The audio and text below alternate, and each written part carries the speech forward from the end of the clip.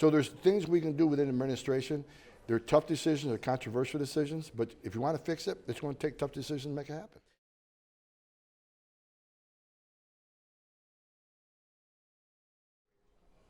We're joined at the Daily Signal by Tom Homan, who's the former acting director of Immigration and Customs Enforcement. Tom, thanks for being with the Daily Signal. Well, thanks for having me. You know, as the former acting director of ICE, tell us what is on your mind right now when it comes to the issue of immigration and border security. What do you want our listeners to know? I want to know there's a true national crisis going on the border. I've been forced in immigration law for 34 years, and I've said it many times the last couple of weeks. I have never seen it this bad. Not just the numbers. It isn't about the numbers. It's about who's within those numbers, right? So did we ever arrest over 1 million illegal aliens back when I was a Border Patrol agent? Yes, but they were Mexican nationals, 95%, that were returned within an hour. And I'll tell the story. I arrested the same Mexican national 4 times in one shift because you come back. So that million probably was more like 600,000, right? But now, this million coming across the border this year, they're not going home. They're taking advantage of loopholes in the law. They'll be here for years. And when they don't see people going home, it's just enticing more to come. This is going to continue to get worse. You're going to see more caravans until we take some really hard enforcement action. Congress fixes some of these loopholes. And the courts, we got to win the courts. The Ninth Circuit is pushing back against this president every time he takes a step forward.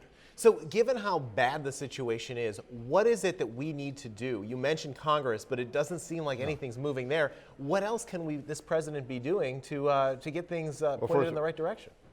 First, I wouldn't say the president, because the president is doing everything he can.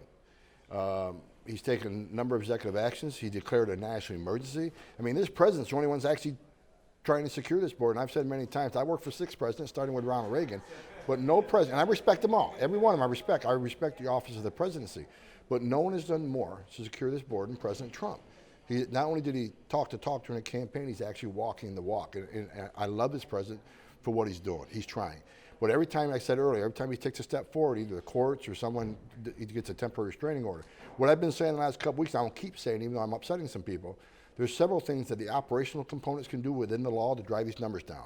For instance, ICE. ICE needs to get out there and do a national operation. They need to find family units and single adults who have their due process at great taxpayer expense. We spend billions of dollars in border security, detention, immigration courts, appellate courts. Once they have their due process, they've been order removed, ICE needs to go seek them out, detain them, remove them. And that will have an impact. We need to have a consequence of deterrence. Back in 3.5 years ago, I did this, and the border numbers reduced almost immediately because we show Central America there's an impact. 9 out of 10 of these people lose their case. They don't get relief. So there's hundreds of thousands of orders out that need to be executed. If we don't execute them, there's no integrity in the entire system, just open up the border. So ICE needs to do that. I would also say ICE, which I used to run, HSI side, House Homeland Security Investigation, they need to surge special agents to Mexico, work with our vetted units. We have a lot of federal agencies down there we have vetted. We have checked them out. They're not a corrupt workforce. So I would work with our vetted units and concentrate on the cartels moving these groups through. It's illegal in Mexico to smuggle aliens. It's illegal in Mexico to traffic in women and children.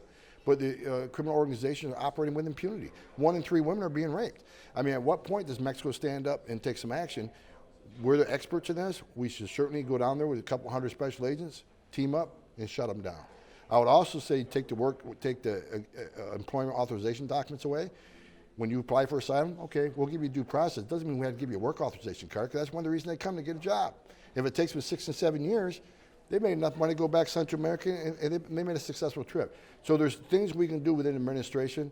They're tough decisions, they're controversial decisions, but if you want to fix it, it's going to take tough decisions to make it happen. Tom, we see you on Fox News talking about these types of problems and solutions. We also hear in the headlines almost every day about the influx of illegal immigrants, the caravans that are making their way through Mexico. Why has the problem become so bad today? Because the Democratic leadership is refusing there's an issue at the border. They're just now starting to come around some of the media outlets. Look, they said there's no caravans, right? There's caravans. There's no crisis on the border. You don't have to be a genius to look at the film, look at the data, and realize we got a big issue down there on the border. But I've said it many times, the Democratic leadership in Congress, they want to see this president fail on his #1 campaign promise. It would be devastating if he actually succeeded in securing this border. It would be devastating for them in 2020, right? So they hate this president more than they take the responsibility to secure their nation. And that is a pretty pathetic statement that I have to make, but it's a stone cold truth. They care more about resisting this president and seeing this president fail than securing the border. So it's the inaction of Congress. The Democratic leadership, let's put it this way. I said all the things the president's trying to do, executive actions, national security. Name one thing the Democratic leadership has offered up. One. Give me one that they've offered up to fix this problem or address this problem. Nothing. They offer nothing. Well, and especially since many of them just a decade ago were in support of building a border wall and taking some action. So they may not have been exactly on the same page as other congressional Republicans on the issue, but they at least showed a willingness in some areas to do things. Look, I sat there and watched Schumer and Pelosi during their response to the State of the Union address. They used the words manufactured crisis 3 times between them. And, Schumer voted for a wall several times in the past. So this isn't about truth of what's happening on the border. They're not stupid. They know there's a crisis. They're not only a humanitarian crisis, but a national security crisis because Border Patrol is so tied up with family units. We don't know who's coming through other parts of the border. Intelligence and investigations for 30 years clearly show that cartels will move a group of families through one area, tie the Border Patrol assets up so they can move drugs, guns, and bad people to the other area. That's what makes a national security crisis. So the Democratic leadership, they're not ignorant. They know there's a problem, but they won't admit the problem because this president will succeed if they come together and try to fix this. That's why I think the operational components need to do everything they can. Because if they're waiting on Congress, they're going to be waiting a long time. I've been waiting on Congress for 3 decades to fix the border. But we finally got a president who's serious about fixing it, and God bless America, we got him. One of the things that President Trump talks about, which is again in conflict with the Democrats, is the border wall. Do you believe that walls work? Yeah, absolutely. Every place a wall's been built, every place a border barrier has been put up, it resulted in decreased immigration, illegal immigration, and decreased drug flow. 100% of the time. Not some of the time, not most of the time. Every time they build a border barrier, you take San Diego. I was a border patrol agent in San Diego sector. We arrest thousands a night.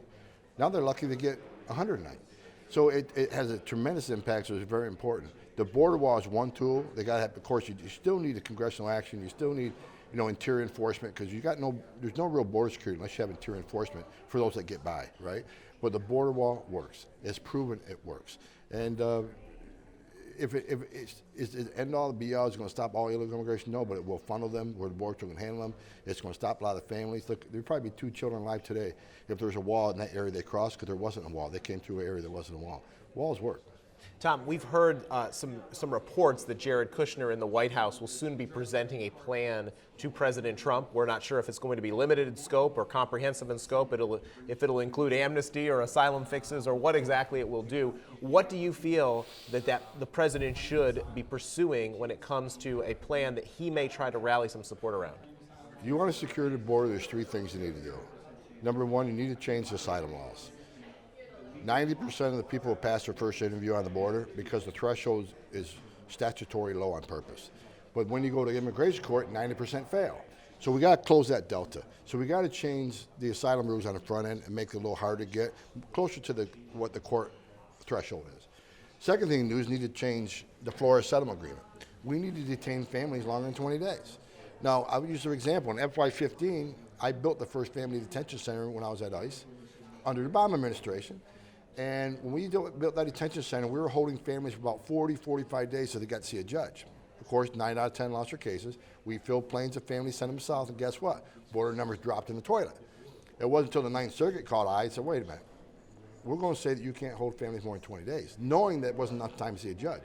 In my affidavit to the court during that lawsuit, it said, if you do this, if you limit detention in a way they will not see a judge, you will see a surge in unaccompanied children and families. I was called a fear monger by the court, but guess what? Guess who was right? I was. So we got to change the Florida settlement agreement. We got to change the asylum laws, and finally the Trafficking Victims Protection Act of 2008. We got to change that. We got to treat children from Central America the same we treat children from Mexico. Once you are arrested and we ascertain you are not a victim of trafficking, we need to be able to remove you. If you're from Mexico, we'll remove you the next day. If you're from Canada, we'll remove you the next day. If you're from Central America, if we ascertain you're not a victim of trafficking, you get a whole new process from an immigration judge. It will take years. We need to change that. Change those 3 things, you'll see the border control. Tom, finally, I want to ask, why are you personally so passionate about fixing this issue? Because I've done this for 34 years. I started out as border patrol in 1984. And I believe in law enforcement. I believe we got to enforce laws enacted by Congress. That's what upsets me. They want to abolish ICE. These people like Gillibrand and Kamala Harris, let's abolish ICE. So they would rather abolish a law enforcement agency than fix the law. They want to abolish a law enforcement agency that enforces the laws that they enacted. It's foolish. But really the reason I'm so passionate about this, because if you've seen what I've seen in 34 years, and I often tell the story, if you've seen what Tom Homan's seen in 34 years, I stood in the back of a tractor trailer in 19-day land and surrounded my feet with a 5-year-old little boy that suffocated in his father's arms. I've seen women raped and killed. I've seen children die crossing the border. I ran Operation Ice Storm in Phoenix, Arizona, where someone that couldn't pay their smuggling fee was stabbed in the face 23 times by a smuggler. If people saw the tragedies I saw, the death, the suffering, they'd want to stop it too. So it's not all about law enforcement, about saving lives. 2 children died, right? And right away, the Democratic leadership went down there. They made an investigation of the Border Patrol. You don't want to blame somebody for that? Look in the mirror, because you have failed to close the loopholes that call these people to come.